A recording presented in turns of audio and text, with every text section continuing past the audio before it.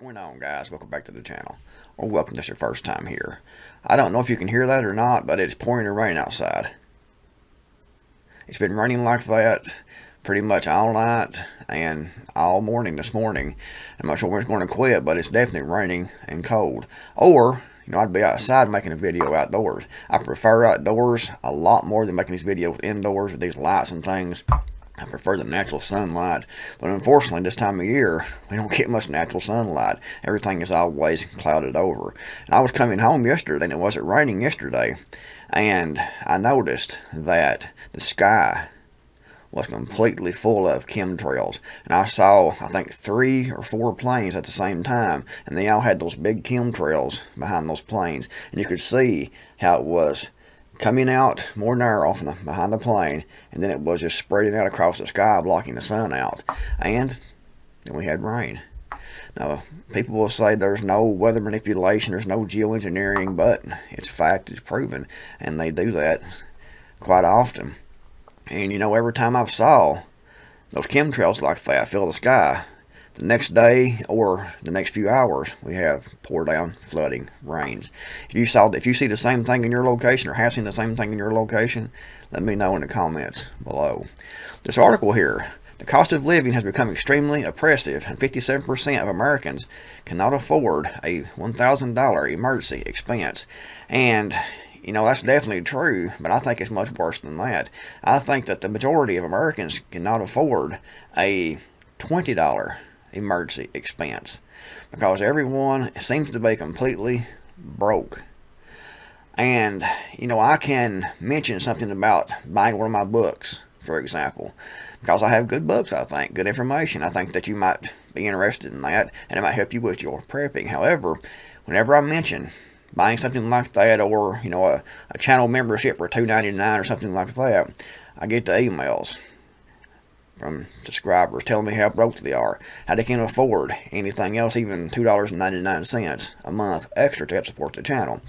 And I get those emails from people telling me that I should make my books free, that I should make my books PDF downloads and post those for everyone, completely ignoring the fact that I'm broke too, and I put many hundreds of hours writing those books.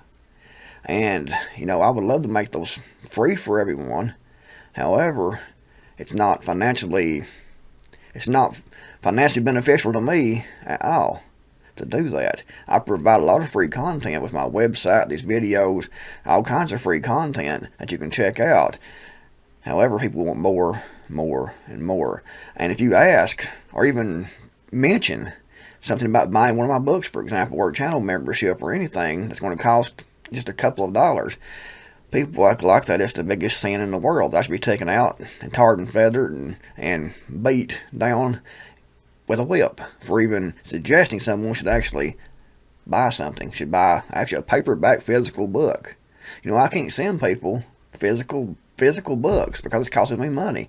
And like I said, I spent months writing my books to provide information and to provide it free of charge and a PDF download for people to use and steal or whatever. Doesn't make any sense to me financially. But I do provide a lot of free information.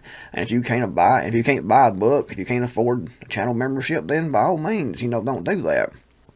If you can, it's appreciated, and I think you will get more benefit out of that than what the actual cost is.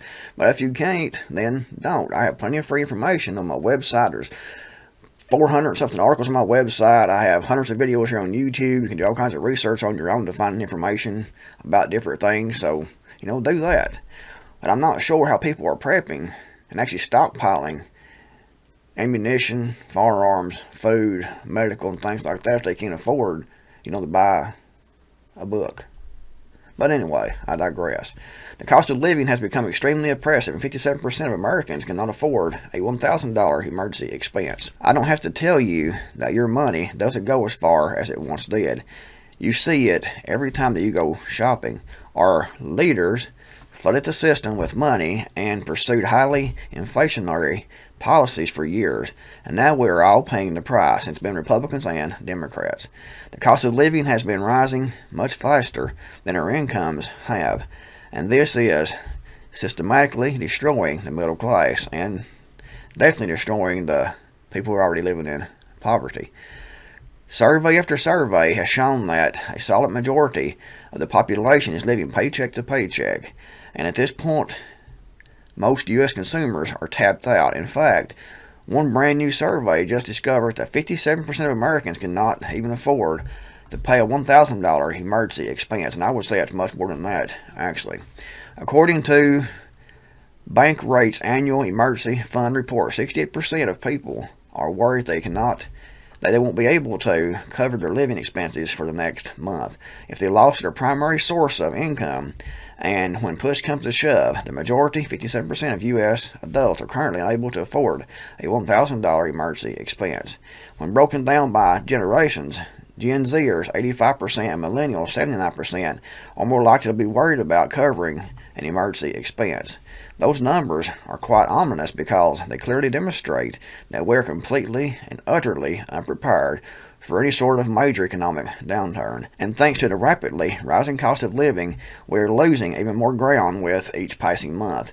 So, what this article in the survey taken says is that people are pretty much tapped out right now. No one can afford it to get any worse, and people are actually going into debt, credit card debt. I talked about this about 2 years ago. Told people it's going to happen. As the economy got worse, people would start using their credit cards to live on, and then they would start mortgaging their properties, their homes, to try to get money to live on, to keep their standard of living up. And we're starting to see that now. As food prices continue to rise, these big companies are going to look for ways to reduce input cost. Think shrinkflation, for example.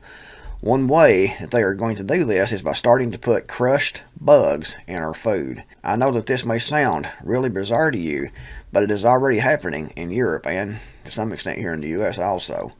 As of yesterday, a food additive made out of powdered crickets, yummy powdered crickets, powdered crickets. As of yesterday, food additive made out of powdered crickets began appearing in foods from pizza to pasta to cereals across the European Union. Yes, really. Defatted house crickets are on the menu for Europeans across the continent, without the vast majority of them knowing it is now in their food, because most people don't look at the ingredients, they just eat whatever. If you read those ingredients that is actually in your food, you will be astonished and probably sickened. Most things, a lot of things that you see in your food, and I use the term food loosely here, are chemicals with names you can't even pronounce or even read, or at least I can't anyway. So people wonder, why there's so much cancer, why there's so much sickness, heart disease, diabetes, and a lot of it is because of the food. So you might want to start reading labels a lot more carefully from now on. Of course, it isn't just the cost of food that is becoming extremely oppressive. And down through here they talk about the cost of energy and the cost of housing, all the essentials like I've been talking about for years. The essentials are going to go up. Food, energy, housing. And we see that now. U.S. consumers are being stretched financially than ever before, and many are turning to debt to help them maintain their current lifestyles. And like I said, I talked about this in a video probably 2 years ago. I was down by the chicken coop, I remember. I forgot the name of the video now, guys, but I told you all that as the economy got worse, you would see people using their credit cards, using their debit cards, emptying their bank accounts, mortgaging their homes to try to keep their standard of living up.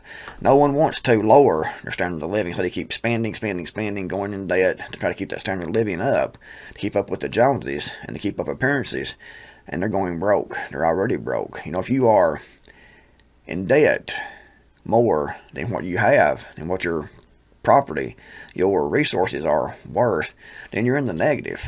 And a lot of people, unfortunately, are in the negative. As a result, the savings rate has plummeted to historic low. Credit card debt has surged to a record high, and the average rate of interest on credit card balances has also risen to a record high. As Zero Hedge has aptly noted, this is nothing short of catastrophic. The combination of record high credit card debt and record high credit card interest is nothing short of catastrophic for both the U.S. economy and the strapped consumer who has no choice but to keep buying on credit while hoping next month's bill will somehow not come. And that's what people do. They spend now, do it now, and hope that the future will be better. Hope that something will happen. Hope that the economy will get better. Hope that we will elect someone to fix everything. And it's not going to happen. In my opinion, we're far past the point of no return as far as the economy goes and the United States as a nation. The United States is a crumbling empire. It's the writing's on the wall. For a long time, we have warned that very foolish economic policies that our leaders are implementing would have deeply tragic consequences, and now it is starting to happen right in front of our eyes. Sadly, the truth is that it is just beginning. The entire system is cracking and crumbling all around us, and there is much more pain ahead. This article here from CNBC. Prices have not yet peaked, says CEO of one of the world's largest consumer goods firms. You can see here, Davos, 2023. So it's going to continue to get worse. It's not going to get better, unfortunately. So if you're broke right now, in a month, you're going to be even more broke. It's sad, but it's just facts. It's good to actually come out and face the facts, face reality, and figure out what you can do to better prepare for it. But unfortunately, from what I'm seeing, most people can't prepare. The people watching these videos can't prepare. They can't buy anything extra because they can't afford, $15 for a book. They can't afford a $2.99 membership. And I understand. Times are definitely hard. Finances are definitely hard. I know I don't have near the spending money that I used to. I have to watch every dime and be sure to make sure that I don't spend more than I bring in and try to live below what I was living a few years ago. Because the way the economy is, the way prices are. So I understand, if people can't buy a book, and it's fine, like I said. However, you can't expect me to make everything free, including my books, for everyone, because I have to be financially responsible for myself also.